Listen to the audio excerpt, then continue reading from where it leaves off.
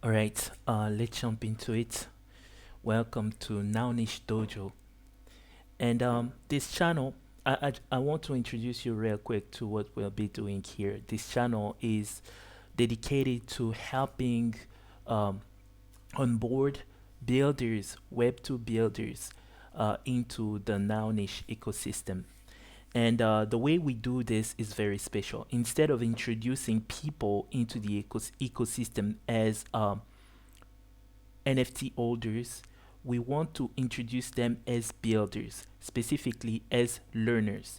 We believe that the best way to onboard builders into the ecosystem is to equip them with the skill set that they're looking for to become competent and effective builders. Essentially, instead of trying to attract builders that are already skilled and therefore have many opportunities for building various projects, what we want to do is meet the fledgling builders where they are in their search for skills and courses and resources um, that they need to grow and mature as experienced builders. Okay, so that's the introduction essentially for what we'll be doing here. And this particular video is going to be like a dry run where I run you through what we'll be doing and then kind of walk you through an initial or first look of the projects that we'll be working with. This particular project is a prop house improvement project. All right, so prop house is essentially a product that the Nounish ecosystem uses heavily, right? It's a product that I use this product or this web app pretty much every single day, like multiple times a day, right? So we're all familiar with what Propulse is. It's a central piece to the Nounish ecosystem. It is, in fact, the centerpiece of the Nounish ecosystem if we look beyond the NFT. And it is this platform that, in large part, gives the NFTs their power and utility. So now, the problem with Propulse is that it's a young product, and therefore there's many features and options and tools that it just doesn't have, right? And so that's uh, that's just what happens when a product is quite young, is very early in its development, or is still in its initial stages of its life cycle. So this is prop house, and what we'll be doing is we'll be evolving it, right? So this is what it looks like. Basically, I went ahead and looked at prop house and collected a bunch of things that I wasn't happy with, that other people, other member of the community also were not happy with, or were downright frustrated with, and I compiled a list and came up with a bunch of things, that improvements that we want and features that we want to add to Prophouse. But at the same time, we want to use Prophouse as a, a sandbox, where this particular project is a sandbox where we can look at the real world needs and begin to experiment with various ways of meeting those needs and solving the problems associated with the particular process of meeting those needs, right? Why are we doing it this way? It's because I personally, as a builder, I've been basically in the software development field for a very long time. Since I was pretty young, I've been coding like at 15 or a bit earlier than that, and I've studied computer science and software engineering specifically in college, among other things. And yeah, I've been really excited about building stuff and learning programming. Programming is a huge passion of mine, although I am more now like an entrepreneur, but I still code heavily because I love it, right? And yeah, that's pretty much a little bit of information about my background and what we'll be doing here. But that bit of information is relevant because I've always been frustrated with programming courses or tutorials because the examples are very contrived, right? So they provide these small examples or these very like uh, very light examples that don't really provide the depth of complexity that you're going to actually be facing with a real world project. And so I've always been frustrated with that because I could clearly see how these tutorials were not really getting me the we're not packing the punch of insight and experience that I really was looking for to quickly gain the skills that I wanted to gain as a developer and a software engineer. So that has always been a gap that I've always wanted to fill, and right now I get to fill it. So yeah, and that's part of what this project is all about. Where we'll be working on real world projects that are really complex and fun as well. And we'll be developing our skill sets by working on them. And this is where Propiles becomes very interesting because if you roam Propiles, you're going to find a bunch of things that people are trying to build, and it's like it's a treasure trove of inspiration for developers and creative people in general, right? This is just one round. I think this round, it just actually, this round of funding just got concluded just a couple of, like half an hour ago, like 15 minutes ago. And yeah, there's a bunch of like of ideas here and a lot of opportunity for finding projects that you can learn from and that you can try your hand at building and learn from. And what we'll be doing is taking all of these projects, picking some of them, and then actually building them live and walking you through the skill sets, the different tools that you need to bring them together. So on Propiles, we build, and what this channel will be about is just making the process of building those proposals live. And there is a proposal here, right? Lil Noun's Propiles Evolution Project.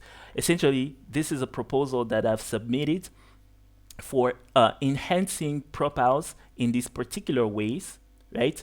And what we'll be doing is we're going to be building these enhancements to Propiles.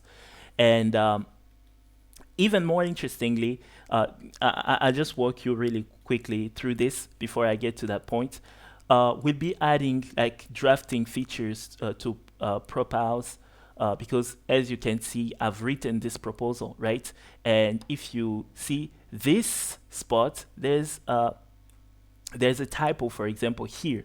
So that was a product of the fact that I had to write the proposal just once and then submit it. I didn't have a draft or a way to autosave this proposal and come back to it and review it before I submitted it, right? With a fresh mind and catch those mistakes. So we're proposing drafting feature here to help with those things, and then right after that, we're proposing a mechanism for we're proposing the addition of a mechanism for adding the ability to fix typos um, in once a proposal is submitted, right? We don't have that ability right now. I can't edit this, although I've noticed a typo here. I can't edit this proposal. And in many cases, in some cases, those typos are really consequential, and there's some omissions as well that are pretty significant. So we need a way to add those to edit proposals once they're submitted. So there's a bunch of other features proposed here, and we'll have time to walk through them. But right now, I want to say that of all these features, there's one particular quote unquote proposed feature that is not included here, but it's a major one. We'll be working with the data, proposes data, and we also want to provide interesting ways of presenting that data, right? There's a lot of data that Propals collects and generates, and we want to have a way to present them that is more engaging, more interesting, more visually pleasing. And so I just wanted to quickly walk you through that, because this is where we're going to experiment. We're going to build all of these things, but we'll also experiment with the UI of Propals itself. This is what Propals looks like right now. Yeah. And for example, from the very start, I'm not so happy with all of the white space that we have here. It's too much white space, and we could use the space more efficiently, more effectively. And so that already bugs me. I'm a bit of a perfectionist, so like seeing so much screen real estate being wasted. Of course, I'm on a wider screen, but already here I feel like we could be using the space more effectively. So I kind of thought of a concept to try to evolve the look of Propals as well, and to really begin to make those UX enhancements as well. So we're not just going to look at the code, but we're also going to look at design. We're not just going to look at coding, but we're also going to look at design and UX and things in that of that nature. And so here I'm going to show you what I'm playing with, because this is going to be very playful, very experimental. We're going to try a bunch of ideas and pick the best one and as the basis for actually building the project. So this is what we've got right now. Okay, I'm using Adobe XD, and I'm essentially we'll be going from this, right, to this. This is basically like my first kind of high defish prototype, but it's not the final product yet. I just wanted to share this with you to kind of tell you where my head is at, what I'm seeing we could do as improvements to Propals. Already we're using the space better. If you compare this to this, we're using the space better. We've made a bunch of changes. I've made a bunch of changes here to basically the product, and I want to walk you through those changes really quickly.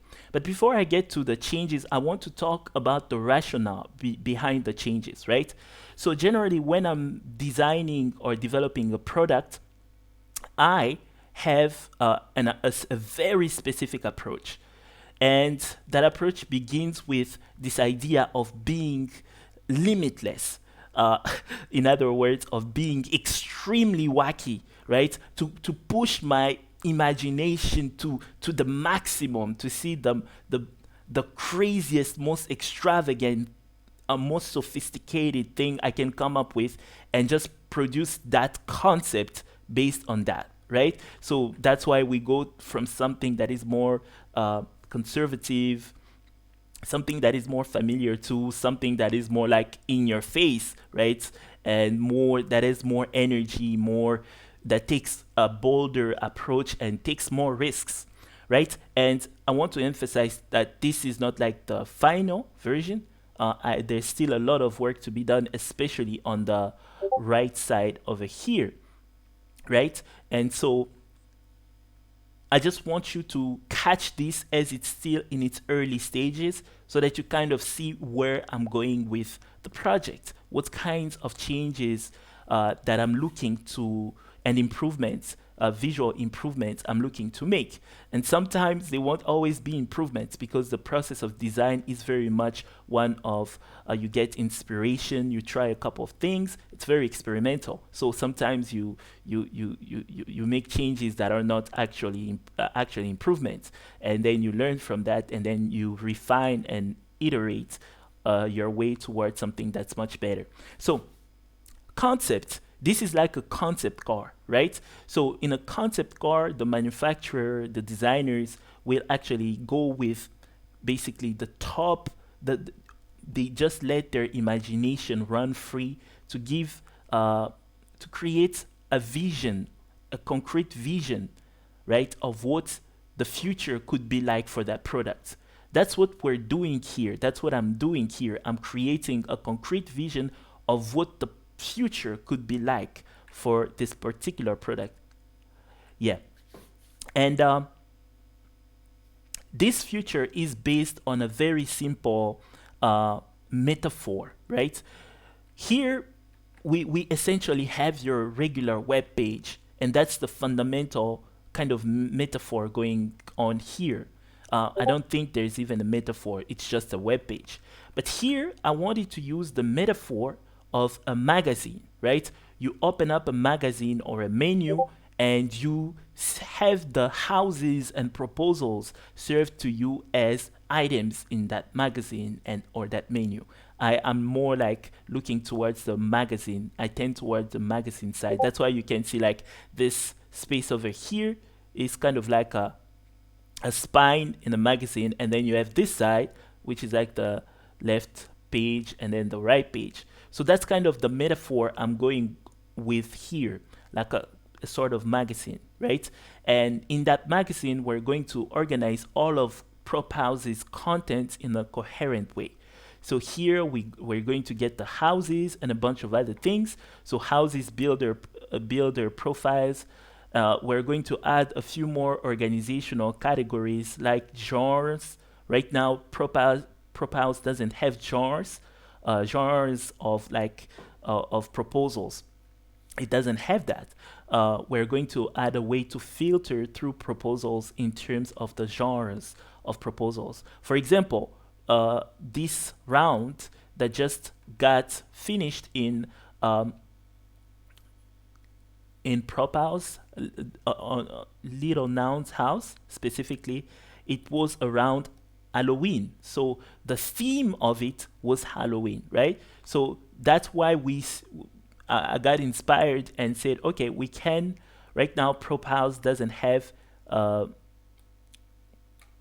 themes, for example. So we can add themes, right? You see here, we've added themes and we've added genres as well. So this is a bit different.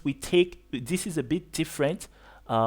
We take this part over here, right? So that you start to get an idea of how I'm going with this design. We take this part over here, which is kind of a sort of a stats, heads up display of sorts, and we actually develop that, and then it becomes this whole HUD type of bar here at the bottom, right? It will still be animated kind of like this when it's the page loads, and it's going to have builders over here showing it the real-time count of builders, of proposals, of how much funds have been provided to builders, how much rounds have been completed, what are the themes that those rounds were organized around, or if there's been theme-based rounds, and then the genres, the basically there are like categories of proposals, and then the chapters that we're going to discuss a bit later. But you get an idea. I just took this piece over here and then I just expanded it, and it became this thing over here, right? This hard type situation happening here.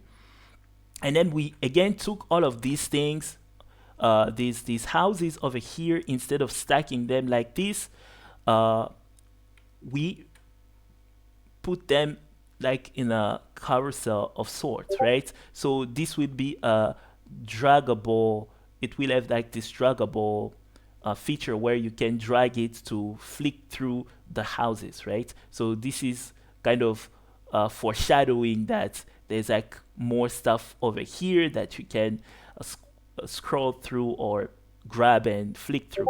Okay, so that's you're familiar with. Okay, we changed stuff a bit over here. Obviously we removed the names and all that because I wanted to play around with the idea of simplicity instead of kind of simplicity and mystery. Instead of letting people like know in advance, like on-chain monkey, uma, and stuff like that, I want you to keep it kind of mysterious.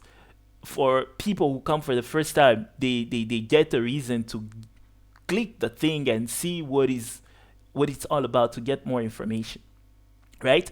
And the only relevant information is the funding, how much the various houses have released, how much funding they've released to the proposals that were submitted through them. Okay, so that we're familiar with. That is basically what's going on here. But then we use the space in a much more efficient way. Instead of being vertical, we're being horizontal. And the next stack below that, we're creating a completely different, we're giving it a completely different utility. Instead of showing the houses, we're providing some collections. We're going to call them boards. These are like favorite boards. And in these favorite boards, someone can essentially collect proposals that they're interested in. Like here we have proposals, right? Over here, proposal 1488, proposal 1487, right? You can collect these proposals in these various boards. These boards can follow a theme or a particular topic, like physical products. This board is for physical products. It has right now 12 proposals. This board is for IRL activations, and it has 19 proposals, and so on and so forth. You get the idea. Now, what I wanted to say about the approach, let's get back to the approach here. I told you that my approach when I'm designing a product is that I go I push the concept to a very extravagant level. And then once I have a very powerful concept that's just out of the box, I begin to pull it back to something that is more practical, something that takes into account various aspects of the user experience and various capabilities, right? There are some concepts, you have a concept, but you can't really pull off whatever your concept is in production, right? So I go to the extreme initially, and then I begin to really get the inspiration and push the envelope from the get-go, and then I begin to pull it back to where we can ship something to production, right? To the level, a level that is actually usable. So that's what we're going to do here. I want it to be bold. I want it to have the feel of a magazine, borderline a type of digital content consumption platform, kind of like Netflix, something like that. Like a mashup of a magazine and Netflixy type situation happening. Okay, so that's kind of what I'm working with here. And so I wanted to tell you specifically about the things that I take into account when I'm developing a web-based product, or a product that is a UI. A web-based UI. So what I think about is exactly this. I need to develop. So I have 5 things that I work through. So number 1, I need to get the grid right, right? It's very important to me to get the grid right. We've got a very nice grid situation happening here. At least to me, it's a very nice grid situation. This grid is basic, very basic grid happening here. But here we're taking risks.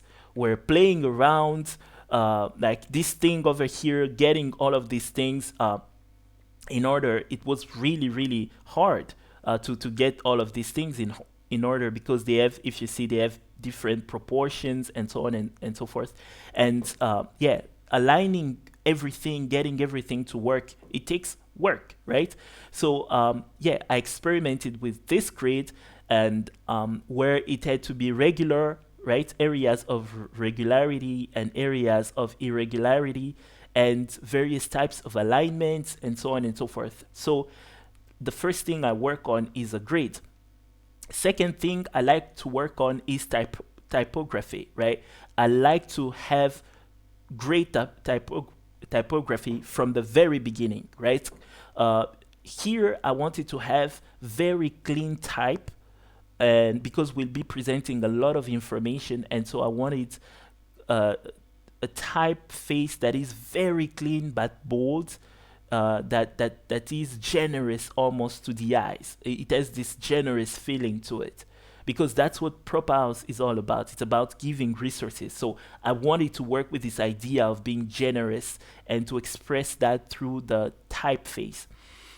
And so we got the grid, we get the grid, we get the typeface, and then the next thing I like to work on is creating something that is visually interesting, right? Some type of visual point of interest, right? And so here I played with the art. If you go to Prophouse, there's this problem over here. It's that Prophouse tends to be very text heavy, right? The proposals, they're very textual, they're very text based, and it can get boring, to be honest.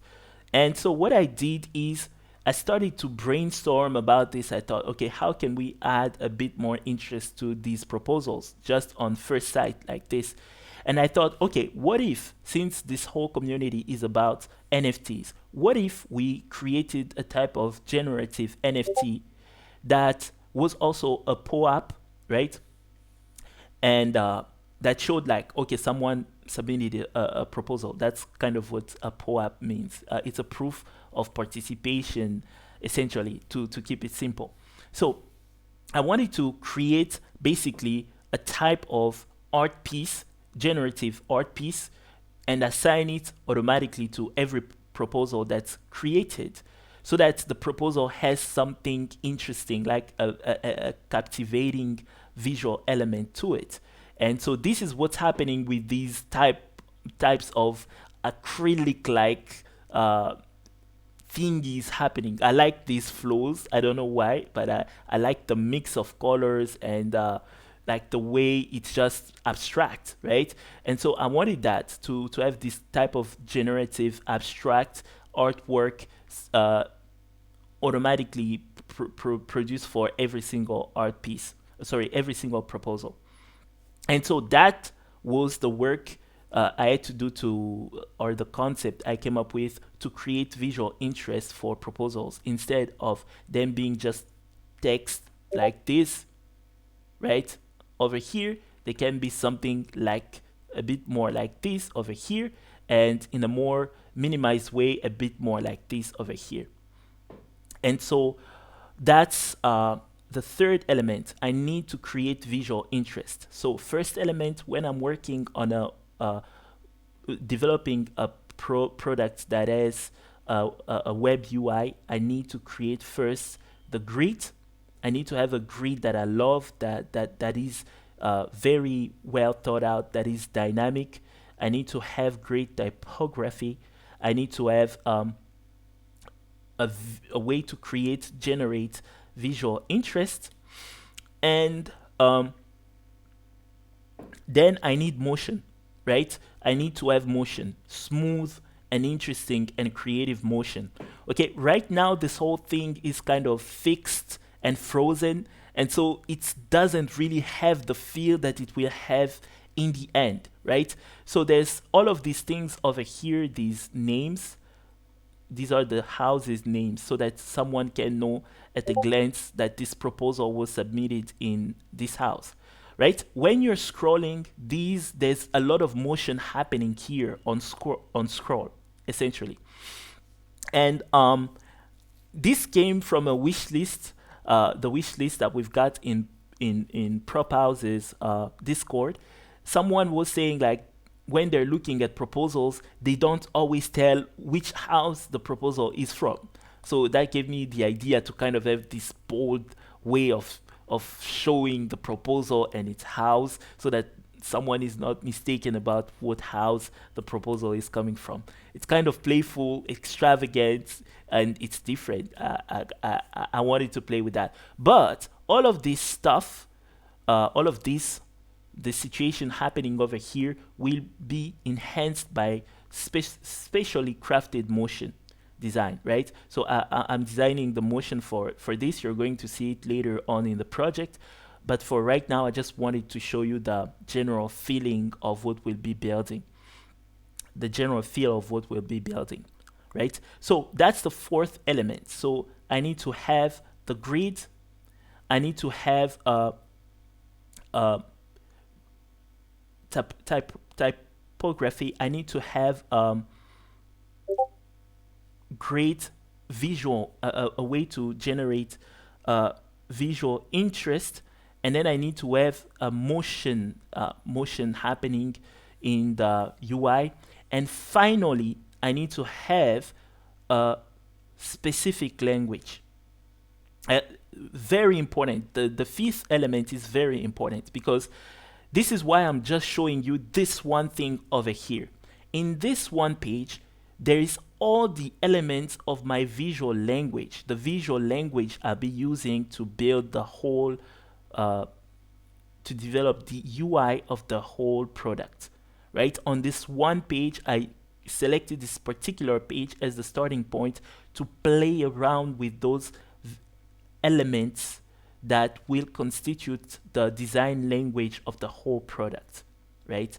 The design language will be exploring. It may not be the final design language will end up with, but this is just a design language we're exploring and developing.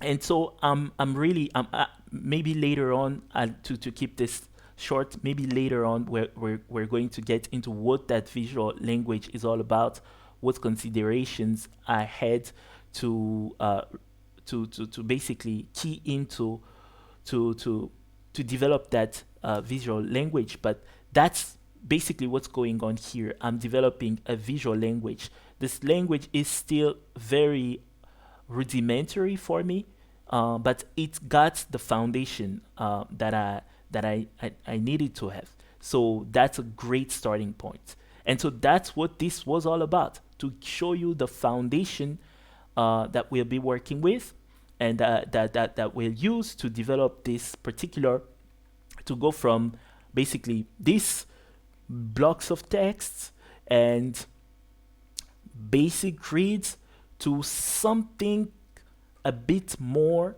interesting, right? This is just its very beginning, but as we invest more time into this, more effort, more playfulness into this, we're going to get something definitely interesting.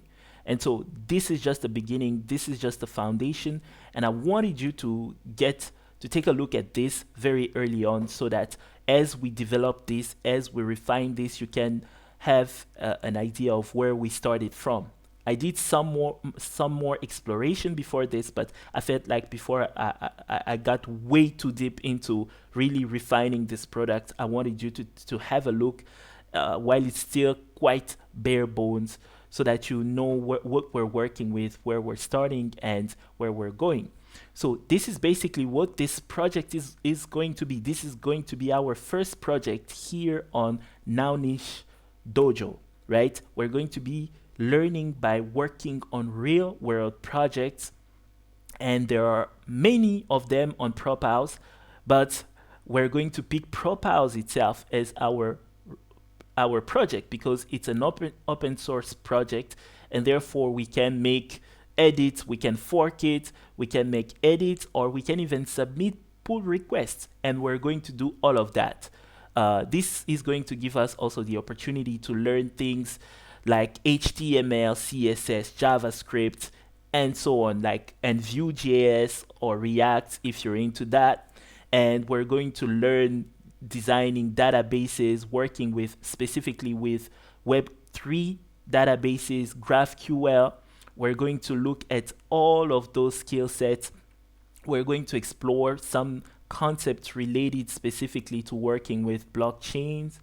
And we're going to look as well at GitHub specifically. I was mentioning just earlier the idea or the process of forking and submitting pull requests. If that sounds like Chinese to you, well, it won't by the time you're done with this walkthrough of a project and the live building sessions that we'll be offering you.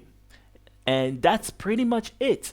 So we'll be building cool stuff, and we'll be playing with code, we'll be playing with design, we'll be playing with creative ideas of all sorts, and most importantly, we'll be working with many interesting people in the across the Nounish community, specifically Lil Nouns, DAO. Those guys are amazing. You're going to have a blast. There's serious builders out there. There's people with a variety of skills that we're going to bring on this channel to share with you their expertise so that you too can go from zero to ninja in pretty much no time and with very little stress and frustration, because hey, googling around is not always fun, as you probably already know. Googling around to try to learn something, it's not fun. So it's better to learn from people who are building everyday projects with like a broad spectrum of complexity, right? They're building from very simple to extremely complex and mission critical. That's what you're going to get here, and it's going to be in a very chill atmosphere, right? I'm just going to launch the recording, and I'm just going to walk you through some stuff. I'm going to ramble. I tend to do that a lot. And yeah, hopefully you're going to learn a few important things. Well, I'm saying that to be humble, but seriously, you're going to learn some pretty badass skills with this particular initiative. Okay, we're going to start very relaxed, very free form, but as we go, we're going to get very structured, and we're going to also increase the production quality. So please leave your suggestions in the comments below, subscribe, and join us on this very amazing adventure. This is going to be enriching, and the idea is that you get the skill sets to build this. First of all, this is pretty cool. Don't get me wrong. This is nice, right? There's a bunch of things that the team is doing here that's pretty sweet, right? We're just pushing it to the next level. We're trying to do something futuristic. And so you're going to get the skill set to do this, right? Things like this, and yeah, things like this, and things like this as well. And especially things like this in its full glory and finished form, in its full glorious and finished form, right? And so the proposition here for you, the opportunity here for you, is to build skills and learn from some of the best, and quickly get in a position where you actually get funded to learn and build stuff for a very vibrant and friendly and creative community. That is just the sweetest thing ever. I wish things like this, what I'm about to do right now, were available when I was learning all of the skill sets that I'm going to be sharing with you. And the fact that they were not available then and they're still not quite available now is exactly the reason why we'll be doing this. Okay, so welcome to Nounish Dojo, and I hope that you're ready to learn, to grow, and to excel. And I'll talk to you next time. Take care until then.